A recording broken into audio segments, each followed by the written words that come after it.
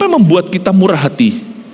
Karena kita punya satu pewahyuan di hati, bahwa di hidupku ini gak bisa dihitung berkatnya satu persatu. Count your blessing, name them one by one. Kalau mau dihitung, saya selalu akan berhutang sama Tuhan Yesus. Terlalu banyak kebetulan dalam hidup saya yang telah memberkati saya. Sungguhan loh, aku belum kaya raya, tapi badannya gak kena kanker kan. Sekali kena itu bunyi miliar. Wow, aku memang bukan orang yang paling kaya, tapi medical billku atau yang namanya obat-obatanku nggak sampai segitu. Haleluya. Terlalu banyak berkat yang belum dihitung karena Anda tidak menyadari potensi berkat itu. Seringkali manusia itu baru mengejar sesuatu kalau itu hilang dari dia. Setelah hilang baru dia berkata, ya Tuhan aku mau itu. Padahal dari dulu tidak pernah disyukuri hal-hal tersebut. Terlalu banyak kebetulan yang Tuhan berikan dalam hidup kita yang telah memberkati kita. Terlalu banyak sorga itu memiutangi kita. Orang yang bisa punya mentalitas ini, kebetulan-kebetulanku seperti judul khotbah ini, disengaja Tuhan, orang itu gak akan pernah perhitungan dengan sesamanya. Amin Bapak Ibu Saudara. Ya, dalam kamus orang Kristen gak ada yang namanya kebetulan. Kebetulan adalah keajaiban Tuhan tanpa tanda tangannya. Kita yang harus GR-GR tahu siapa yang buat itu. Memberi kemuliaan pada Tuhan itu tidak selalu diinisiasi oleh Tuhan Yesus. Kadang-kadang kalau kita harus bisa melihat tanda-tanda kerapian, kesetiaan, kemurahan hati. Kita jangan lupa untuk menghargai. Kalau kita pulang ke rumah lihat ranjang kita sudah tersusun rapi, itu bukan tiba-tiba ada momok mana datang lalu rapikan ranjangmu. Itu ada pahlawan namanya pembantu rumah tangga yang membantu kita. Saya punya kebiasaan, sampai-sampai pembantu rumah tangga di keluarga kami satu-satu kenal Tuhan, satu-satu terima Tuhan. Dia bilang terima kasih ya, terima kasih. Jangan pernah remehkan perkara-perkara yang Anda anggap itu biasa, sudah pemandangan sehari-hari. Apalagi sama Tuhan. Terlalu banyak kebetulan-kebetulan di hidupmu dan hidupku. Kalau kenapa kita tidak cari-cari itu untuk bersyukur? Kenapa kita cari-cari kesalahan orang lain? Kenapa yang kita pikirkan itu selokan-selokan bukan jalan raya? Terlalu banyak yang disyukuri, gak bisa mengeluh. Hidup orang Kristen itu harusnya ditandai dengan ini, happy. Kita itu happy banget loh punya Tuhan kayak gini. Sungguhan, meskipun kita gak dapat semua yang kita inginkan, belum semua doa kita dijawab. Tapi sadarkah bahwa ada banyak kejadian di hidupmu yang belum Anda syukuri sungguh-sungguh di hidup kita, belum kita say thank you. Belum lagi di dalam setiap kejadian itu selalu ada kebetulan loh. Kebetulan-kebetulan itu datangnya dari Roh Kudus. Sekalipun Tuhan gak pernah ngaku-ngaku, Tuhan kita itu gak lebay. Pernah gak Anda lihat orang melayani sedikit gembar-gembor ke sana sini, itu karena aku. Tuhan tuh gak gitu. Pernah gak ada orang memberikan sedikit aja, gak pernah sama sekali keluar uang. Sekali keluar uang, tahu gak siapa yang traktir? Sampai satu RT semuanya, supaya dia senang. 1, 2, 3, terima kasih. Nggak tahu siapa namanya, ya terima kasih Andi, supaya dia dapat pengakuan. Tuhan tuh nggak gitu. Tuhan tuh nggak minta sini, minta kemuliaan, kemuliakan aku. Memuliakan Tuhan tuh harus dari kesadaran kita juga. Ada terlalu banyak kebetulan terjadi. Kita akan belajar dari satu wanita. Wanita ini nenek moyang Yesus Kristus, namanya Ruth. Dia orang Moab. Kasih sedikit latar belakang, dia bukan umat pilihan Allah, tapi karena imannya dia dicangkokkan di dalam pohon kehidupan. Makanya itu dia menjadi great grandma atau menjadi makconya Raja Daud. Raja Daud nenek moyang Yesus Kristus secara jasmani dari keturunan Yahudi. Nah, kita akan belajar tentang Ruth, bagaimana Ruth ketemu sama kekasihnya yaitu Boas. Ruth bertemu dengan Boas. Mari kita buka sama-sama. Kita Boas pasal 2. Mana ada kita Boas? Kita Ruth pasal 2 ya. Ruth bertemu dengan Boas, pasal 2 ayat 1 sampai 17. Nanti ayat per ayat kita telusuri bersama. Saya berhenti di mana? Tolong bantu saya, kadang-kadang saya bisa lupa. Ayat 1, Naomi itu mempunyai seorang sanak dari pihak suaminya, seorang yang kaya raya dari kaum Elimelek, namanya Boas. Langsung ada, kalau kita nonton film itu terakhirnya ada cast-nya. sutradaranya nggak tulis, sutradaranya adalah Tuhan. Tetapi aktor aktrisnya ditulis, siapa pemeran utama, siapa figuran. Langsung di ayat 1 jelas sekali siapa adalah siapa. Naomi itu mempunyai seorang sanak dari pihak suaminya. By the way, Naomi adalah mertuanya Ruth.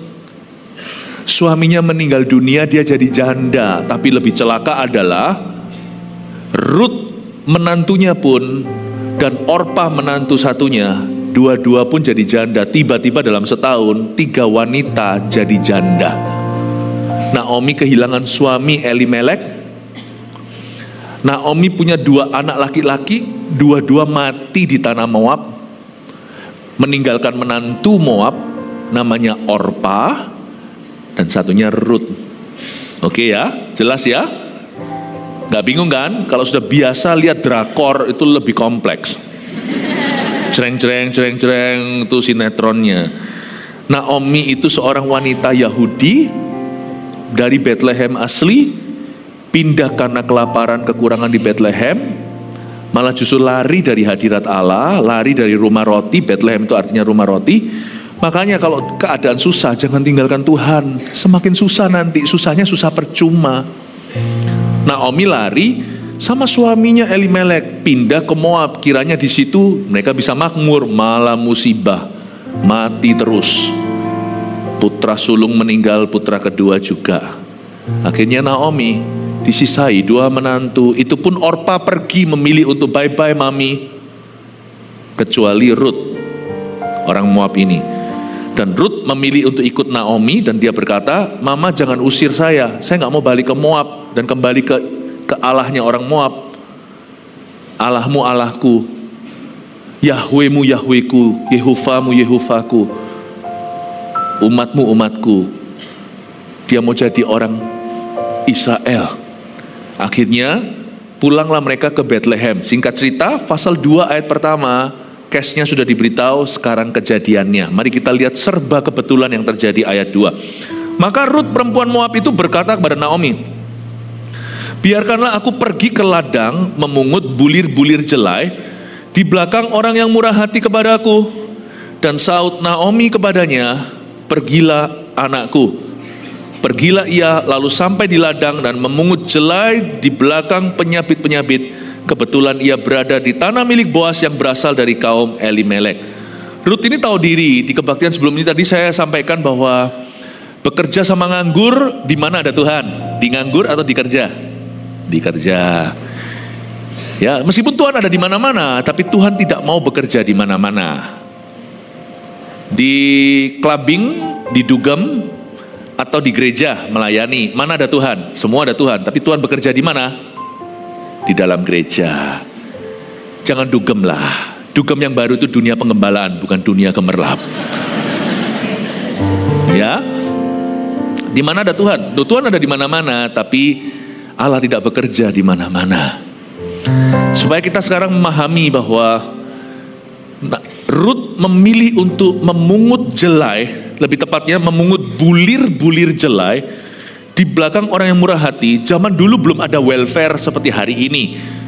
Di negara-negara yang bertanggung jawab untuk penduduknya, negara-negara yang diberkati, maka rakyatnya ada social welfare.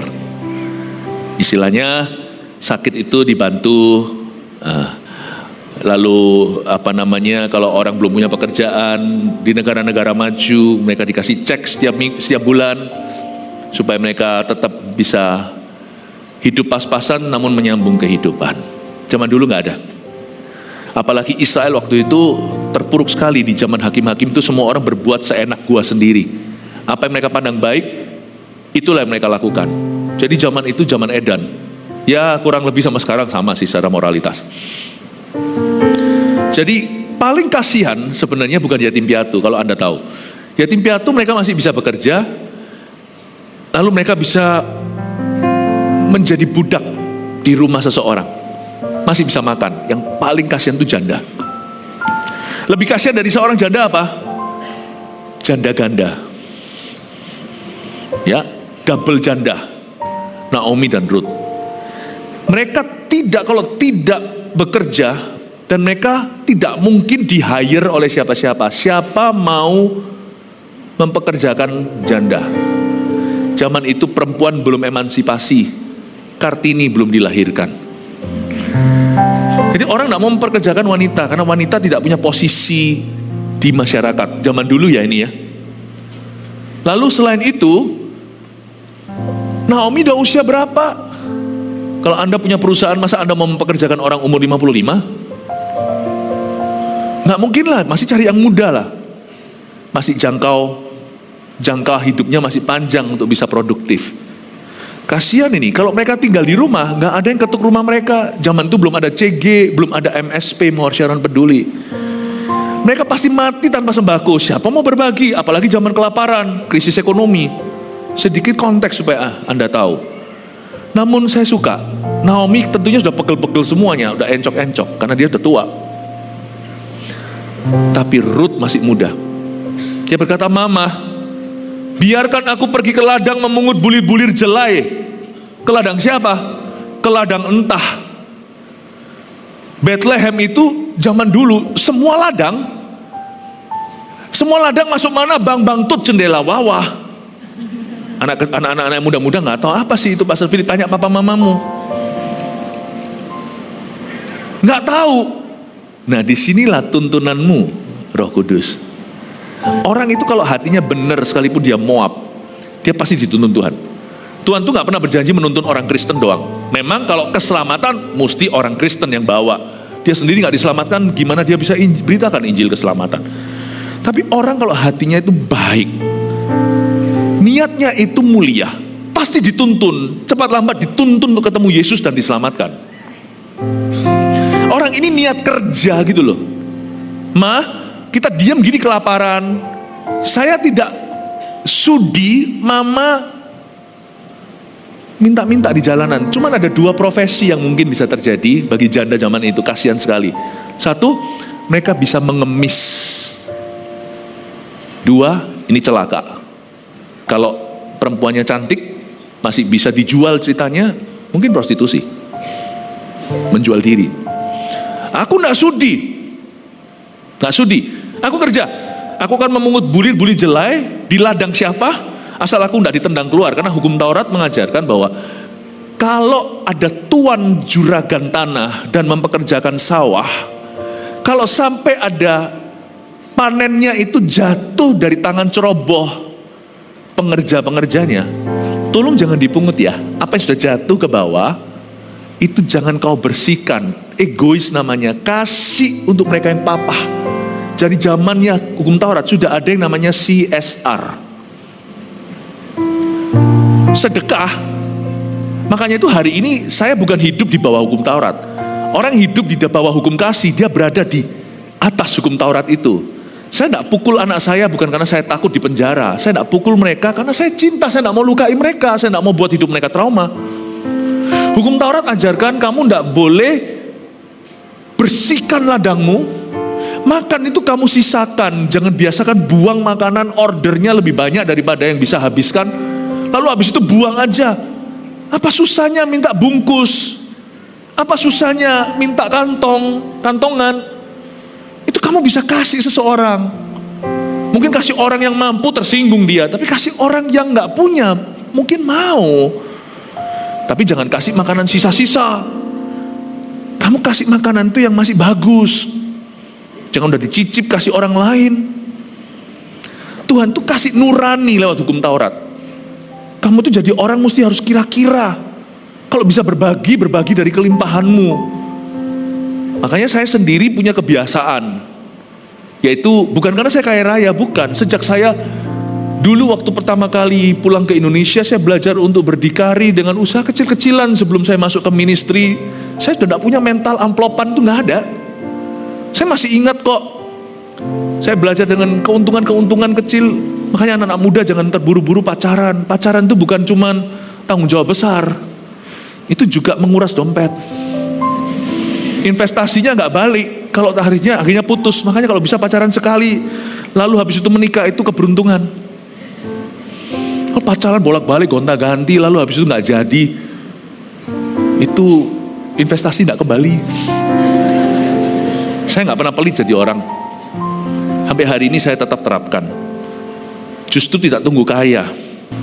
Kalau terlalu banyak kebetulan Tuhan itu yang jadi berkat di hidup kita. Apa susahnya kita sengaja beri berkat lebih kepada orang lain? Jangan kita itu perhitungan sampai ke sen-sennya, itu grandpanya orang. Saya kasihan, orang bilang Indonesia susah. Indonesia itu grandpa bertangani anak cucunya.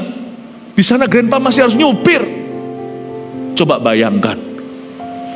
Indonesia itu hacing, kangkung tumbuh. Mana-mana termasuk Israel cocok tanamnya harus pakai teknologi. Kita orang Indonesia itu tidak boleh pelit. Kita ini diberkati negara kita ini. Iya Pastor Philip kan tidak susah. Susah, setiap orang itu punya susahnya sendiri. Gak ada orang paling miskin di dunia, gak ada orang paling kaya di dunia. Kita semua itu 11-12 di depan Tuhan. It's keputusan. Dari sejak muda saya sudah putuskan saya tidak mau terima kembalian. Sejak saya kenal Tuhan maksudnya. Saya kasihan sama mereka. Mungkin nanti setelah kita berusia berapa, kembalian kita lebih besar. Ya, saya bersyukur hari itu ada satu sawah yang membuka diri. Sebab orang Israel kenapa dikutuki? Mau tahu kenapa? Karena mereka melanggar hukum Yobel, hukum Sabat, dan sekalipun mereka tahu hukum Taurat, mereka tetap, itu orang-orang ya, kalau ada yang jatuh, itu bos-bos yang tidak takut akan Tuhan, ringkas semuanya. Apa itu pengemis menzolimi ladang kita? Ya ampun, makanya Tuhan kayak gitu. Kalau dia pelit sama Tuhan, Tuhan perhitungan sama dia. Makanya orang bangsa Israel kena belalang. Di tahun 49 ke 50 tahun Yobel itu mereka bukannya istirahat memberi piutang, menjadi memiutangi alias memberikan hutang pada orang-orang yang membutuhkan. Mereka marah harus berhutang kepada bangsa-bangsa. Tuhan bilang, lu perhitungan sama aku akan perhitungan lebih sama kamu. Siapa memperhatikan orang yang membutuhkan, orang susah, orang lagi di bawah, orang itu ku anggap memiutangi aku. Paham ya? Apa yang membuat kita murah hati? Karena kita punya satu pewahyuan di hati, bahwa di hidupku ini gak bisa dihitung berkatnya satu persatu. Count your blessing, name them one by one. Kalau mau dihitung, saya selalu akan berhutang sama Tuhan Yesus. Terlalu banyak kebetulan dalam hidup saya yang telah memberkati saya. Sungguhan loh, aku belum kaya raya, tapi badannya gak kena kanker kan. Sekali kena itu bunyi miliar. Wow, aku memang bukan orang yang paling kaya, tapi medical billku atau yang namanya obat-obatanku nggak sampai segitu. Haleluya. Terlalu banyak berkat yang belum dihitung karena Anda tidak menyadari potensi berkat itu. Seringkali manusia itu baru mengejar sesuatu kalau itu hilang dari dia. Setelah hilang baru dia berkata, ya Tuhan aku mau itu. Padahal dari dulu tidak pernah disyukuri hal-hal tersebut. Terlalu banyak kebetulan yang Tuhan berikan dalam hidup kita yang telah memberkati kita. Terlalu banyak sorga itu memiutangi kita. Orang yang bisa punya mentalitas ini, kebetulan-kebetulanku seperti judul khotbah ini, disengaja Tuhan, orang itu gak akan pernah perhitungan dengan sesamanya. Amin Bapak Ibu Saudara. Ya. Lain cerita kalau kita itu orang yang brol-brolan dengan diri sendiri tapi pelitnya luar biasa dengan orang lain yang membutuhkan. Nah, orang seperti itu kikir namanya. Tapi orang yang murah hati bukan berarti orang itu foya atau royal. Tidak loh ya. No. Kepada sasaran yang tepat kita bermurah hati. Tapi kita mengelola talenta kita. Sampai sen-sennya pun kita tahu karena kita tidak sembarang tabung dan investasikan. Dan kita tidak sembarang mempekerjakan sumber daya yang Tuhan percayakan. Enggak. Justru orang-orang yang murah hati itu, orang-orang seperti itu biasanya tidak kebobolan. Karena dia tahu prioritas Tuhan dulu, baru orang. Setelah itu baru uang, lalu barang. Kalau dia punya prioritas seperti itu, biasanya hidupnya teratur. Dan hidupnya itu begitu rapi. Seperti mesbah Elia yang sudah disusun dengan teraturnya. Dan Tuhan akan memberi berkatnya tepat pada waktunya. Saya tidak berkata bahwa kita semuanya pokoknya murah hati, lalu habis itu kita bodoh melaksanakan tugas kita. Saya percaya itu bukan yang firman Allah katakan. Tapi hari itu ada satu juragan tanah yang takut akan Allah, namanya Boas. Boas ini adalah sebuah tipe Yesus Kristus di Perjanjian Lama. Apa maksudnya tipe? Tipe Yesus Kristus di Perjanjian Lama itu tokoh-tokoh di Perjanjian Lama, orang-orang sungguhan. Ini bukan bayang-bayang, bukan spirit. Orang-orang ini seperti mewakili satu aspek Yesus Kristus. Pahami enggak? Yosua itu memimpin di depan, Yesus memimpin hidup kita masuk tanah perjanjian. Kalau Anda lihat Musa bersyafaat, ngomong sama Tuhan di Perjanjian Lama kepada Allah, please jangan hapuskan bangsa ini. Kau mau sapu bersih, apa kata dunia nanti? Kita bisa melihat Yesus berdoa di Getsemani. Musa hari itu seperti menggambarkan pelayanan Yesus di dalam kehidupan kita. Boas juga. Mau tahu kenapa hidup kita itu penuh dengan berkat tersembunyi? Karena Boas adalah seorang yang kaya raya dari kaum Elimelek. Boas ini adalah seorang penebus. Arti kata Boas Anda bisa catat, in him is strength. Dalam dia kekuatan. Itu artinya Boas. Jadi kalau Anda punya anak nanti kasih nama Boas boleh, tapi jangan salah tulis nanti waktu di sertifikat. Banyak orang hari ini namanya itu salah kaprah karena dulu salah catat. Jangan sampai catatnya Boas nanti ya. Boas B-O-A-Z. Artinya bagus sekali, dalam Tuhan kekuatanku. In him is power. Kenapa Tuhan tuh suka memberi kita berkat? Karena Tuhan tuh kaya raya. Dia dari kaum Elimelek, namanya Boas. Dia penebus kita zaman dulu. Kalau ada janda ditinggal mati oleh suami, kerabat dekat suami itu, kalau janda itu masih muda, boleh nikahi dia. Yesus tuh penebus kita, yang menggantikan kita di kayu salib. Dan Yesus ini kaya raya. Kalau saya bilang kaya raya, saya tidak bicara tentang harta dunia. Kaya rayanya Yesus itu sifatnya. Mau saya beritahu ya gini aja lah. Khotbah itu sederhana, bukan teori. Khotbah itu merefleksi Allah yang diberitakan. Izinkan saya menjelaskan Tuhan dengan gaya yang simple. Tuhanmu itu suka memberkati orang, dia gak suka ngutuki. Tuhanmu itu suka berbagi, bahkan anaknya pun diberi. Tuhan tuh suka memberi. Lebih suka Tuhan memberi daripada menerima. Dia yang mengajarkan kita demikian. Tuhan kita tuh murah hati. Tuhan tuh gak pelit, gak pernah perhitungan sama kita. Yesus tuh kaya raya. Dialah Boas sorgawi kita. Makanya ikut Tuhan itu gak boleh motivasi. Aku ikut Tuhan nanti dapat itu, dapat ini. Gak usah digituin, Tuhan sudah begitu gitu loh. Kalau yang perlu di otak-atik itu bukan Tuhan Yesus, kita. Aku gak boleh pelit. Aku tuh gak boleh menghemat peluru pengampunan. Orang salah sama aku diingat sejagat. Aku gak boleh begitu. Aku harus rendah hati. Dia harus makin bertambah, aku harus makin berkurang. Yang di otak-atik itu diri sendiri. Tuhan tuh udah begitu. Sifat Tuhan tuh suka memberi. Tuhan tuh suka mengampuni. Dia maha memaafkan. Tuhan tuh suka berbagi. Makanya saya gak percaya orang kalau kepenuhan Tuhan lalu habis itu orangnya gak kenaan, tersinggungan. Tuhan tuh gak gitu. Tuhan tuh cincai orangnya. Beneran loh, kalau gak cincai mana ada Anda dan saya hari ini di sini. Kalau dia mau hitung-hitung dosa kita, gak lulus kita semuanya, sungguhan. Jikalau dia menghitung dosa kita, jikalau dia mengingat-ingat kesalahan kita, matilah. Gak ada satu orang pun di sini layak di kebaktian ini. Saya pun gak layak berdiri di atas mimbar ini. Tuhan itu orangnya itu cengli, masuk akal sekali.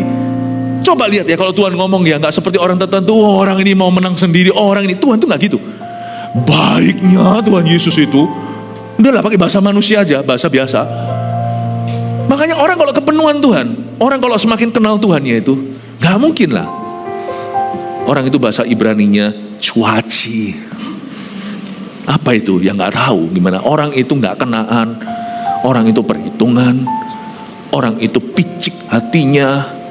Suka ungkit-ungkit kesalahan orang lain. Kepahitan. Sombongnya gak keruan. Tuhan itu rendah hati dan lemah lembut. Semakin dekat sama Yesus semakin lembut. Semakin dekat sama Tuhan semakin merendah kita itu. Amin. Makanya itu dialah Boas itu. Nah sekarang saya jelaskan kebetulan-kebetulannya di mana. Akhirnya Naomi kan ketemu kan. Dari sawah begitu banyak. Kok bisa? Dari ribuan sawah. kok bisa dia berakhir di sawahnya Boas? Ayat 3, pergilah ia lalu sampai di ladang dan memungut jelai di belakang penyabit-penyabit. Garis bawahnya kata, kebetulan ia berada di tanah milik Boas yang berasal dari kaum Elimelek. Kebetulan, garis bawahi, dalam cara kerja Tuhan, ada satu barang namanya kebetulan dalam hidup orang percaya. Kasih definisi. Dalam hidup kita sebagai orang benar, gak ada kebetulan itu. Saya ulangi, kebetulan itu adalah keajaiban Tuhan. Cuman Tuhan tidak bubui tanda tangan supaya kita tahu diri sendiri dan kita berkata, hayo Tuhan Yesus ya ini ya yang lakukan ini. Kalau Anda mengalami kebetulan-kebetulan, di balik layar itu kesengajaan.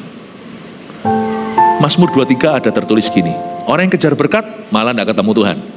Orang yang kejar Tuhan, Tuhan adalah gembalaku, takkan kekurangan aku, ayat 1. Anda lihat ya, Tuhan adalah gembalaku, dia di depan, bukan cari berkat. Ayat terakhirnya, kedua ayat terakhir sebelum bicara tentang sorga di rumah Bapa yang baka, ada tulisan, maka kebajikan dan kemurahan belaka akan mengikuti aku. Paham ya? Gak pernah ada yang tertulis gini, aku mengejar kebajikan dan kemurahan, Tuhan mengikuti saya. Tuhan jadikan sinterklas. Tapi kalau kita jadikan dia gembala, pemilik jiwa kita, kebajikan kemurahan yang kejar kita. Berkat itu ngejar orang benar, bukan orang benar ngejar berkat. Kita ngejar berkat gak ketemu Tuhan, malah ketemu setan. Tapi kalau kita kejar Tuhan, berkat akan ketemu kita. Jangan cari berkat lah. Sekali-kali izinkan kebajikan kemurahan yang menemukan Anda. Izinkan mereka kebajikan kemurahan yang menemukan. Kebajikan dan kemurahan dijus jadi satu. This is an pen, this is an apple. Apple pen. Udah lupa kan itu? This is a pen, this is pineapple. Pineapple pen. This is pineapple. Bingung saya dengan lagu itu. Kebajikan kemurahan tolong digabung jadi satu. Tolong di jus. Strawberry dan banana, kalau di jus namanya stronana. Ya kan? Pineapple dan melon, pine melon. Atau lah, karena jus kebajikan dan kemurahan,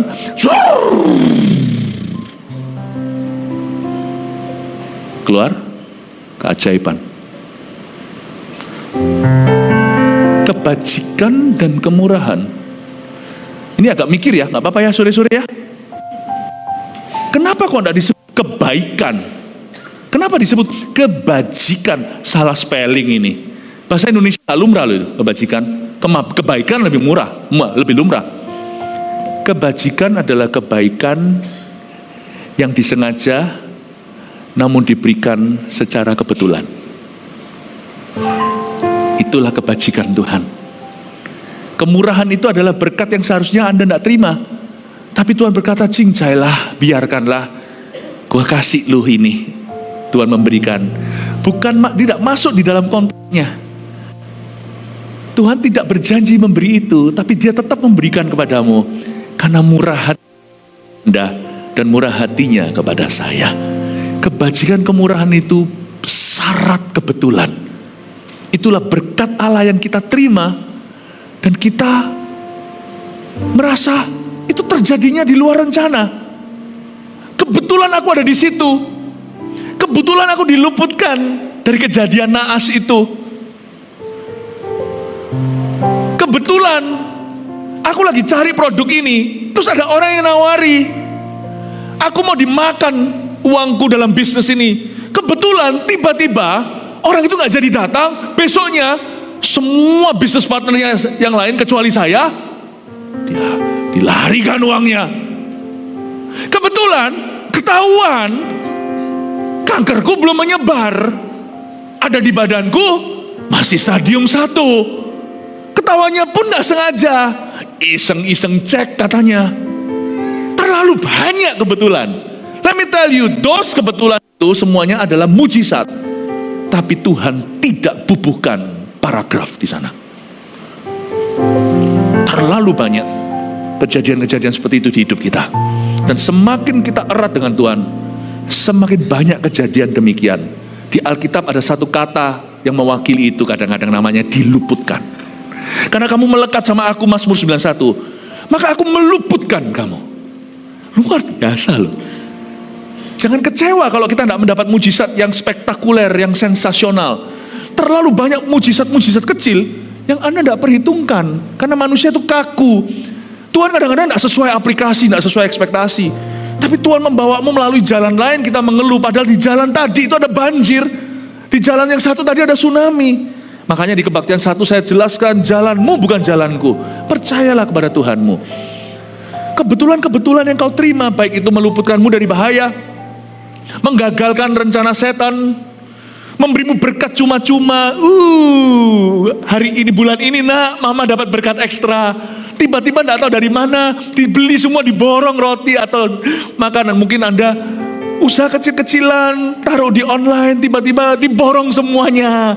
Wah, itu bukan kebetulan. Ada seseorang, bosmu, perintahkan orang yang lain, lu jatuhkan secara sengaja bulir-bulir jelai itu ya. Awas kalau enggak. Tuhan awas-awasi orang demi Anda di balik layar. Tahukah Ruth itu nggak ngerti sampai dia nanti suatu hari mungkin menikah dengan Boas, atau bahkan Boas nggak cerita-cerita. Karena Tuhan tuh nggak suka setelah dia berjasa lalu dia itu umbar-umbar. Itu bukan Tuhan, itu orang sombong. Mungkin bisa jadi setelah mereka menikah, Ruth dan Boas, Boas pun nggak buka mulut. Takut-takut tersinggung nih si nyonya. Oh ternyata dulu kamu sengaja ya. Saya ajak Anda baca ya. Ternyata Boas yang suruh pegawainya, hei sini ya, kamu lihat perempuan itu. Aku minta kamu ya, awas kamu gak dengar tak potong gajimu. Tolong jatuhkan secara sengaja. Tolong kalau bawa tisu, misalnya tisu ini makanan, tolong ya, sorry jatuh. Jatuh, nanti tolong dibersihkan ya. Ini Ruth itu menuai jelai itu dengan senang hati. Aduh Tuhan, puji Tuhan untuk tangan yang ceroboh. Bukan ceroboh, itu sudah diancam.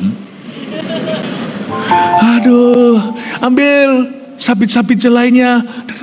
Jatuh celuritnya. Aduh jatuh 4 malahan. Jalan lagi kejegal. Jatuh semua.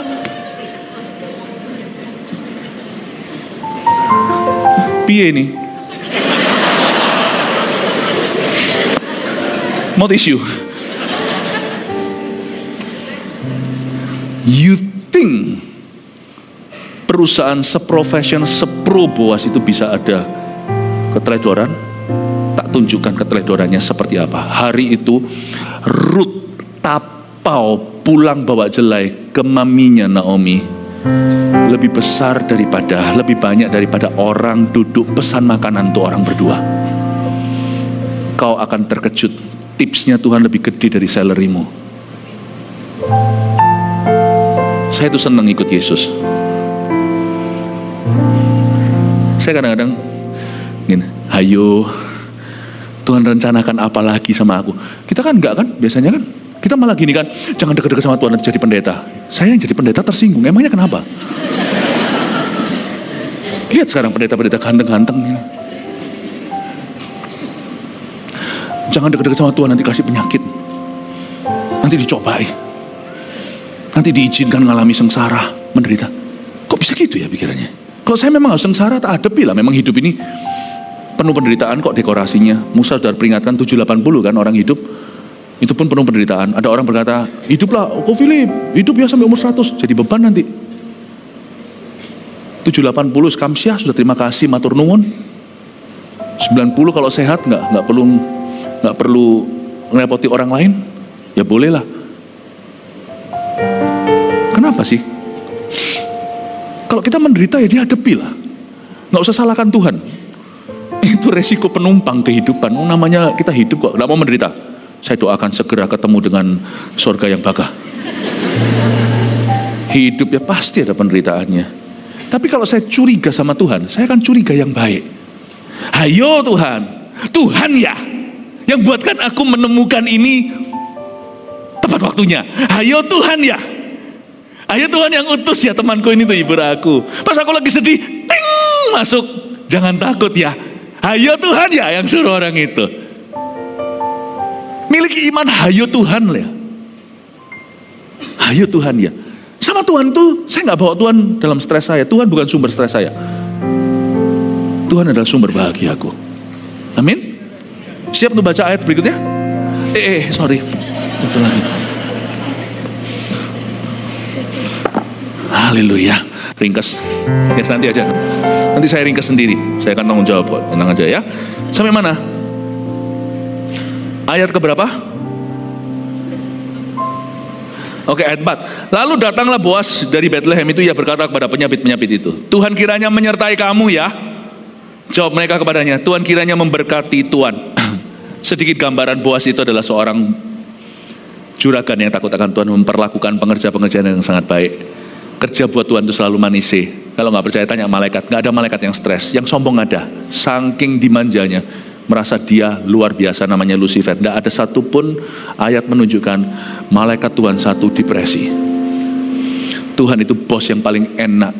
Kita bisa bekerja sama bos seperti ini. My goodness. Saya punya juragan. Orang kalau tanya sama saya pekerjaannya apa? Saya pegawai. Pegawai apa? Pegawainya Tuhan saya. Dan saya kerja sama Tuhan ini. Nggak mau sih. Saya jadi hamba Tuhan, saya tidak mau berubah profesi. 30 tahun saya menjadi seorang hamba Tuhan. Dia tidak pernah memperlakukan saya dengan tidak adil. My Jesus is the best boss. Saya heran kok ada orang Kristen yang meninggalkan Tuhan karena kecewa itu. Apa sebenarnya yang terjadi ya? Tapi hidupnya susah. Loh, hidup kita juga ada susahnya. Hidup saya juga ada susahnya. Ayo mau susah-susahan, ayo kita duduk. Tidak akan ada yang menang. Setan yang menang kalau kita mau duduk cerita susah-susahan. Semua orang ada susahnya lah. Tapi kenapa ya ada orang itu bisa kecewa sama Tuhan ya? Setahu saya Tuhan itu baiknya itu, aduh gimana ya, nggak tahu kalau di Solo mengerti nggak bahasa ini. Kalau kita orang Surabaya ngerti sih, baiknya Tuhan ya, baik. Ayat 5, lalu kata Boas kepada bujangnya yang mengawasi penyabit-penyabit itu, dari manakah perempuan ini? Bujang yang mengawasi penyabit-penyabit itu menjawab, dia adalah seorang perempuan Moab. Dia pulang bersama-sama dengan Naomi dari daerah Moab. Inilah bedanya Boas asli dengan Boas simbolisme dari Boas sorgawi, yaitu Yesus. Kalau Boas ini perlu tanya karena dia nggak mau tahu siapa perempuan itu. Tapi Boas kita, dia maha tahu, dia sudah tahu. Tapi hari itu yang namanya Ruth masuk di dalam mapnya, menjadi pusat perhatiannya. Tahukah bahwa Anda dan saya selalu ada di pusat perhatian Allah? Ku di tanganmu, ku di hatimu, di pikiranmu, di rencanamu. Tak pernah ku sendiri. Ku di tanganmu, ku di hatimu, di pikiranmu, di rencanamu. Tak pernah ditinggalkan. Tuhan, orang lain ditolong, saya enggak. Bukannya yang lain ditolong, saya juga. Tuhan, aku enggak layak. Janganlah kerendahan hati yang palsu. Itu enggak membuat Tuhan happy kalau kita ngomong begitu. Tuhan, aku layak karena Engkau melayakkan aku. Thank you. Orang berdosa yang banyak dosanya dia sadari dan diampuni, orang itu lebih banyak mencintai Tuhan. Asal kita ujungnya itu mencintai. Semua kebetulan yang Tuhan taruh di hidup kita izinkan. Itu tujuannya satu, untuk mendekatkan kita sama Tuhan.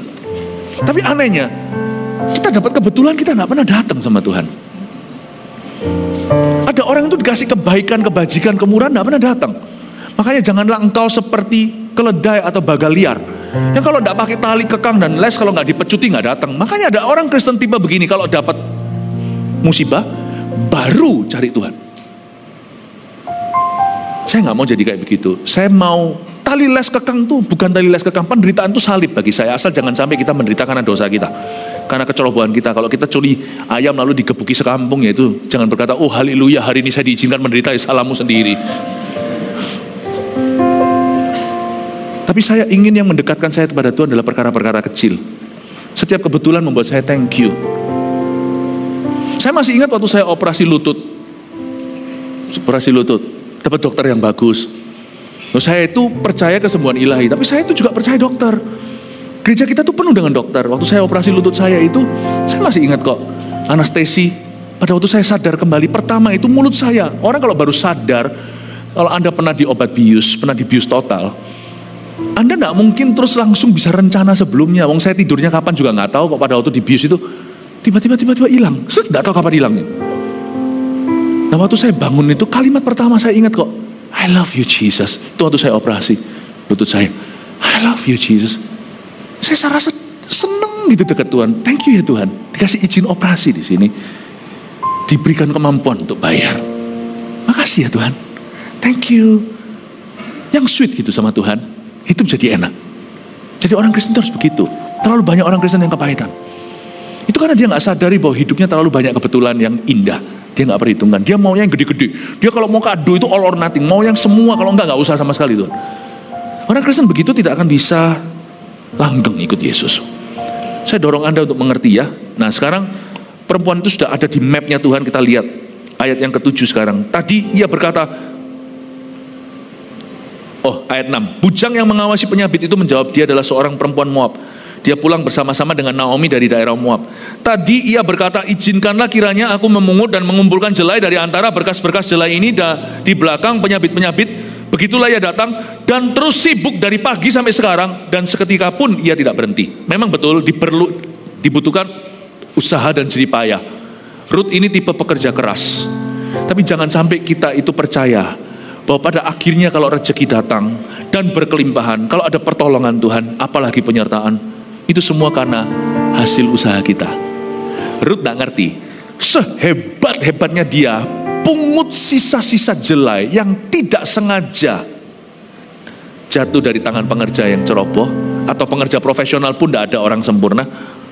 Gak mungkin dia bisa memungut sebanyak itu. Nanti saya akan tunjukkan dia mungut seberapa banyak jelai, oke? Ini kalau diterusin setiap hari, kalau lama-lama Ruth tidak dijadikan istri sama Boaz, bisa-bisa dia buka pabrik jelai. Ya, memang betul peredaran di luar sana, anak-anak jalanan, orang-orang berkata, itu peredarannya di ibu kota di Jakarta itu sampai miliaran per hari. Tapi mana ada di antara mereka jadi konglomerat? Dan hidupnya akhirnya ya sudah memilih jalur hidup begitu. Meskipun bisa ada miliaran, saya tidak mau hidup begitu. Saya mau hidup yang Tuhan berikan. Ada tanggung jawab, ada sesuatu yang tetap. Meskipun Anda bisa memungut banyak jelai, nggak mungkin bisa memungut sebanyak Ruth. Ingatlah bahwa pada akhirnya everything you enjoy itu difuri sama Tuhan. Nggak pernah karena Anda dan saya layak menerimanya karena kita mengupayakan atau kita bayar harga. Itu karena difuri sama Tuhan. Sungguhan. Termasuk hari ini kalau ada orang tanya kenapa GMS bisa bertumbuh begitu rupa, apa ya? Nggak ada sih. Mungkinkah hanya karena Tuhan jatuh cinta sama kita? Udah gitu aja. Nggak ada. Saya sarankan Anda untuk tetap berusaha bekerja, karena Tuhan tidak pernah menunjukkan perkenanan seperti ini pada orang yang malas. Andai kata Ruth hari itu berkata, aku di rumah aja, dia tidak akan bisa menemukan ladang Boaz dan tidak akan mengalami semua kebetulan ini. Kebetulan itu memang dari sisi Tuhan, kesengajaan. Tapi kita juga harus sengaja kerja. Makanya di kebaktian sebelum ini saya jelaskan bahwa orang malas tidak akan diberkati oleh Tuhan. Orang rajin berkatnya nanti bukan karena kerajinannya.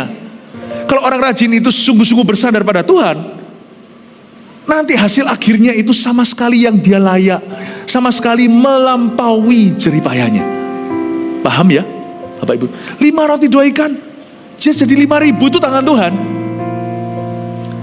Itu bukan perkara alami. Meskipun kita berusaha, namun pada akhirnya berkat Tuhanlah yang membuat orang kaya. Susah payah tidak menambahinya. Kasih tepuk tangan untuk Tuhan.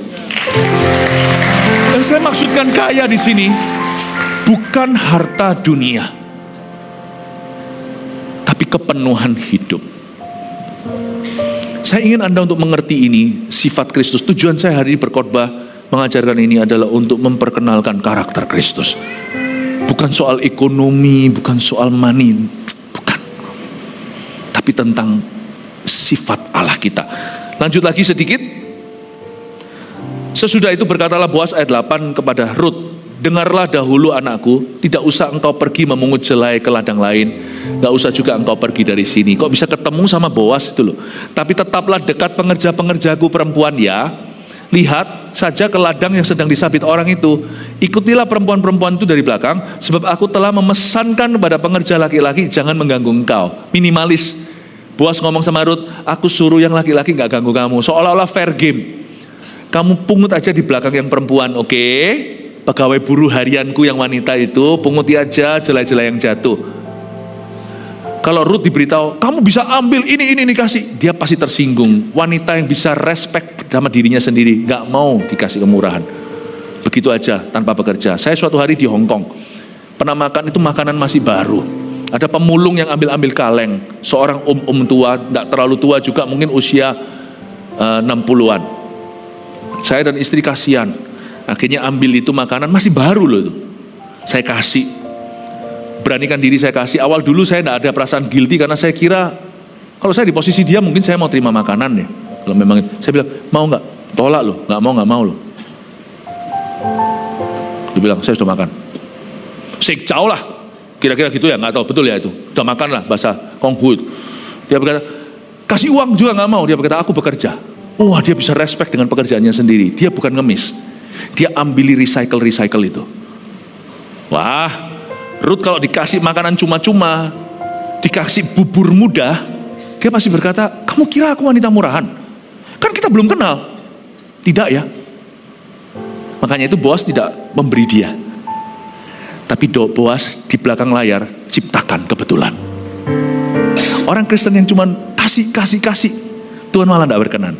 Orang Kristen berkata, Tuhan sertai aku akan mengusahakan ini. Sertai saya. Tuhan akan berkata pada malaikat, oke, dia akan ke situ. Kamu jatuhkan bulir jelai ya. Itu sangat edukatif. Anak orang kaya juga harus belajar begini sekalipun punya segalanya. Jangan kasihkan segalanya mudah. Kebutuhan kasih dia, keinginan dia harus belajar mengusahakan. Tuhan itu bijaksana, makanya waktu itu Boas ngomong sama Rut, anakku. Karena di sini ada seorang pria yang sangat wise sekali. Inilah orang Majus zaman dulu. Dia sangat bijaksana. Dia tidak mau menyinggung perasaan seorang wanita yang respect. Dia ngerti hukum di negeri. Dia tahu bahwa orang Yahudi diberi Taurat. Dia tahu ada celahnya itu, dia bisa manfaatkan untuk kebaikan secara legal. Makanya dia berkata, anakku, kamu terus aja enggak apa-apa. Si Boas tidak berkata, kamu enggak usah kerja ya, langsung aja ambil kamu bawa pulang. Rut pasti berkata, tidak, kalau gitu bayar aku gaji, aku akan jadi pekerja harianmu, menjadi salah satu buruh perempuanmu. Kita orang Kristen harus punya wibawa. Anak Tuhan itu gak boleh pengangguran. Kalau ada di antara kita mau jadi pendeta, itu bukan karena kita gak bisa kerja, gak bisa sekolah. Kalau kita mau jadi seorang hamba Tuhan, pastikan kita itu the best of the best. Di angkatan darat, angkatan laut, udara, dari Polri, yang jadi nanti pendampingnya presiden. Hamba-hamba Tuhan di gereja kita tidak gampang dan mudah. Tapi orang-orang membuktikan dari CG, orang-orang susah-susah malah rekrutnya. Pastor Liang Gono yang jadi gembala pemimpin MSP. Saya itu harus ngendek datang ke ayahnya. Waktu zaman dulu itu karena terlalu banyak urusannya di Australia, di mana betul, di Kanada. Saya harus minta. Kalau saya cari orang gampang sudah antri. Orang-orang luar biasa saya harus datang minta. Bahkan kayak minta anak orang lain gitu, menyuntingnya untuk kepada Tuhan. Nah mudah loh. Semua hamba Tuhan yang ada ini, makanya kita harus menghargai satu-satu ini. Jadi orang-orang Kristen itu harus punya wibawa. Kita tidak boleh gampangan. Kita harus berani susah. Nah sekarang kembali lagi ke sini, lalu saya akan selesai sebentar lagi ya. Lalu sujudlah. Rut ayat 10 menyembah dengan mukanya sampai ke tanah dan berkata kepadanya, dia gak sombong, dia gak angkuh, dia berkata, mengapakah aku mendapat belas kasihan daripadamu, sehingga Tuhan memperhatikan aku, padahal aku ini seorang asing. Coba baca. Boas menjawab, telah dikabarkan orang kepadaku dengan lengkap segala sesuatu yang kau lakukan, bla bla bla, tidak usah dibaca dulu. Tapi di sini Rut juga tidak sok-sokan berkata, aku mau kerja. Dia berkata, thank you, terima kasih sebelumnya, aku tahu loh, Bapak ini ngefuri saya. Bapak ini ngalah. Kalau enggak, lihat itu pengerjamu semua profesional, cara dia motong jelainya, aku enggak bisa begitu. Motongnya pun angle-nya tepat. Aku kalau mau masuk ini dulu harus orientasi lebih dulu. Tapi ini musim panen, Bapak izinkan saya semua kemurahan. Tapi Pak, aku mau kerja, aku gak mau makan gampangan. Orang Kristen harus begitu. Lalu habis itu, kita lihat ayat 15, lompat aja. Setelah ia bangun untuk memungut pula, Rutnya mungut ini kerjaan. Maka Boas memerintahkan kepada pengerja-pengerjanya, dari antara berkas-berkas itu pun ia boleh memungut ya, janganlah ia diganggu. Oke, fine, thank you. Ayat 16, bahkan siap ini, haruslah engkau dengan sengaja, kebetulan ini nampaknya kebetulan, ternyata disengaja. Kita baru tahu sekarang mastermind-nya. Ayat 16, bahkan haruslah kamu dengan sengaja menarik sedikit-sedikit. Jangan langsung semuanya itu brol gitu, itu ketahuan, terlalu ketara. Tersinggung nanti dia. Kamu dengan sengaja sedikit-sedikit menarik sedikit-sedikit dari onggokan jelai itu untuk dia dan meninggalkannya supaya dipungutnya. Saya sudah menghabiskan satu pohon rasanya. Janganlah berlaku kasar ya terhadap dia. Maka ia memungut di ladang itu sampai petang. Ruth happy. Wow, banyak sekali hari ini yang dijatuhkan. Dia nggak tahu itu kesengajaan. Dia berkata, wow, how lucky I am. Kebetulan sekali ini. Kebetulan banyak sekali. Ruth, itu kesengajaan. Makanya orang Kristen nggak butuh good luck. I don't believe in luck. Ya, God bless you lebih tepatnya. Arti bless itu di situ ada increase. God increases you. Tuhan yang meningkatkan kamu. Saya nggak percaya luck. Semua yang kelihatannya lucky atau beruntungan itu kesengajaan. Supaya dijatuhkan lalu. Maka ia memungut di ladang sampai petang. Lalu ia mengirik yang dipungutnya itu. Mari kita lihat sekarang. Ada kira-kira berapa jelai? Seeva jelai banyaknya. Haleluya. Seeva itu berapa ya? 36 liter. 36 liter beras. Banyak gak itu? Kenyang lah. Itu kita bisa mabuk jelai itu. Ruth pulang berkata, Mama, gak pengalaman ini orang ini. Mama, aku lihat aku dapat apa. Mamanya langsung berkata, nanti ya, nanti di ayat-ayat lainnya gak dibahas.